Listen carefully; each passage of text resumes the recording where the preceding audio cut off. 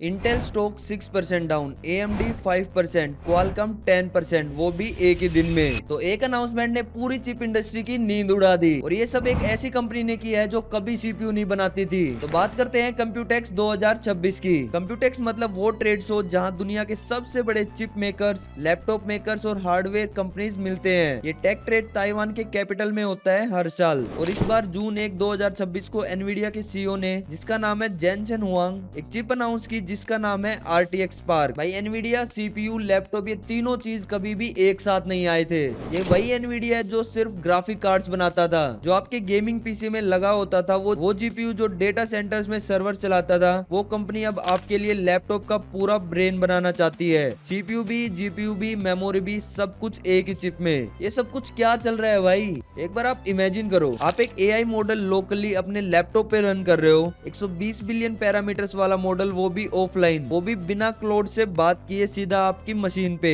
जिस पर 4K AI video generate हो सकती है, 12K वीडियो एडिटिंग हो सकती है, AAA गेम्स 4K पे 100+ FPS पे चलेंगे और एक डेवलपर अपना पूरा LLM लोकली टेस्ट कर सकता है विदाउट पेइंग क्लाउड बिल। और इन सारी चीजों के साथ इसकी बैटरी पूरे दिन तक चलेगी, क्योंकि ये एनवीडिया का सबसे पावर एफिशिएंट चिप है। तो अब आता है सबसे इंपॉर्टेंट सवाल जो सबने पूछा था अनाउंसमेंट के टाइम पे, ये सब कुछ एनवीडिया कर क्यों रही है? मतलब सीरियसली सोचिए, ये वही एनवीडिया है जिसने पिछले 5 सालों में दुनिया को क्लाउड की तरफ पुश किया, सबको ये बोला कि सब कुछ क्लाउड पे करो। तो फिर अचानक उन्होंने ऐसा चिप क्यों बनाया जो क्लाउड को बाईपास करके आपको डायरेक्ट पावर देता है? तो इसमें 3 सबसे बड़ी वजह है और तीनों एक दूसरे से कनेक्टेड है। रीजन 1, क्लाउड का बिजनेस मॉडल टूटने लगा है। सबसे पहले तो क्लाउड बहुत महंगा है, इलेक्ट्रिसिटी, सर्वर्स, कूलिंग, मेंटेनेंस, ये सब आसमान छू रहे हैं। इसकी वजह से कॉस्ट बहुत ज्यादा हो रही है और जैसे जैसे ज्यादा लोग एआई यूज कर रहे हैं, वो कॉस्ट और बढ़ती जा रही है। तो एनवीडिया ने समझा यार, जो डेली काम है वो लोग ऑफलाइन करे तो बेटर है, जो सीरियस स्पेशलाइज्ड काम है वो क्लाउड पे रहे, क्योंकि इस हाइब्रिड मॉडल से उनका क्लाउड बिजनेस भी चलेगा और उनकी चिप्स भी ज्यादा बिकेगी। तो मतलब दोनों तरफ से उनको प्रॉफिट होगा। रीजन 2, एप्पल और क्वालकॉम उन्हें थ्रेटन कर रहे थे और ये वाली बात समझना बहुत ज्यादा जरूरी है आपके लिए। 2026 में एप्पल ने M1 चिप लॉन्च की, पूरी इंडस्ट्री के होश उड़ गए। एक ARM बेस्ड चिप जो इंटेल के चिप से ज्यादा फास्ट थी, ज्यादा पावर एफिशिएंट थी और जिससे मैकबुक की बैटरी 15 से 18 घंटे तक चलती थी, जिसकी वजह से इंटेल की मार्केट एकदम से गिर गई थी। फिर कहानी में क्वालकॉम आया 2024 में स्नैपड्रैगन X Elite के साथ। विंडोज लैपटॉप में ARM चिप जो एप्पल सिलिकॉन को सीरियसली चैलेंज करने की कोशिश कर रहा था, और अभी 2026 में उनका स्नैपड्रैगन X2 Elite आया है, जो कि बेंचमार्क्स में एप्पल M4 Pro के बराबर परफॉर्म कर रहा है सीपीयू टास्क में। तो मतलब एक तरफ एप्पल और दूसरी तरफ क्वालकॉम, दोनों के दोनों एनवीडिया की ट्रेडिशनल जीपीयू मार्केट को स्क्वीज कर रहे थे। तो अगर एनवीडिया ग्राफिक कार्ड से बनाता रहा तो एक दिन कोई उन्हें रिप्लेस कर देता।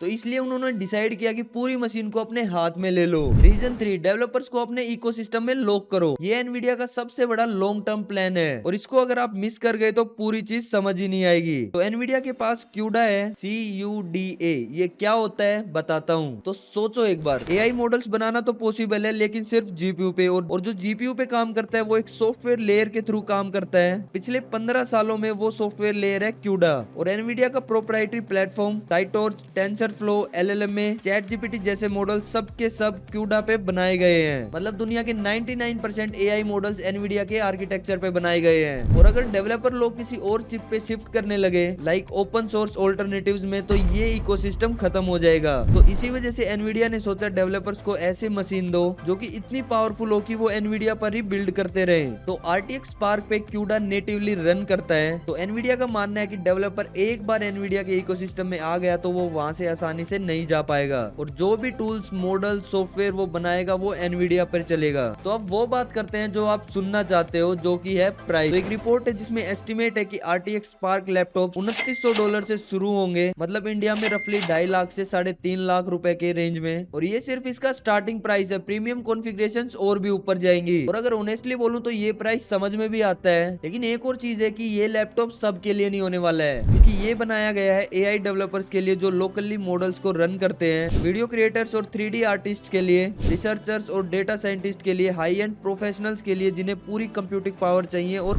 जिन्हें बड़े बड़े क्लाउड के बिल पे नहीं करने। तो आप सोच रहे होगे कि गेमर्स का क्या, उन्हें थोड़ा वेट करना पड़ेगा। ये मशीन उनके लिए भी पावरफुल है, लेकिन इस प्राइस रेंज पे गेमिंग सेटअप के लिए तो नॉर्मल RTX GPU वाले लैपटॉप ज्यादा सेंसिबल हैं अभी। तो अगर बात करें कि ओवरऑल पिक्चर क्या है अभी, तो पिछले 40 सालों में पीसी इंडस्ट्री एक सर्टेन वे में चलती थी, जो कि था इंटेल का सीपीयू ले लिया, किसी का जीपीयू, मेमोरी अलग, ग्राफिक अलग, सब अलग अलग कंपोनेंट। और फिर 2020 में एप्पल ने सब कुछ एक ही चिप में डाल दिया और कह दिया था कि ये सबसे बेटर है, और वो था भी। लेकिन अब एनवीडिया ने वही किया, लेकिन एआई के पर्सपेक्टिव से, और उन्होंने पूरी एआई सॉफ्टवेयर हिस्ट्री को अपने साथ खड़ा कर दिया। तो ये एक नया चिप नहीं है, ये एक पूरा का पूरा प्लेटफॉर्म है, विंडोज का पहला personal AI platform. Jensen Huang ने खुद बोला था 40 सालों से आप अपने पीसी या लैपटॉप के अंदर ऐप को ओपन करते हो, क्लिक करते हो या फिर टाइप करते हो, तो वो सब कुछ पुराना हो गया। अब आप अपने पीसी को बोलोगे और आपका पीसी काम करेगा। तो ये चिप जितना ज्यादा प्रोमिस कर रहा है अभी, अगर वो सच हुआ तो इंटेल, एएमडी, क्वालकॉम सबके लगने वाले हैं। और एप्पल का क्या होगा?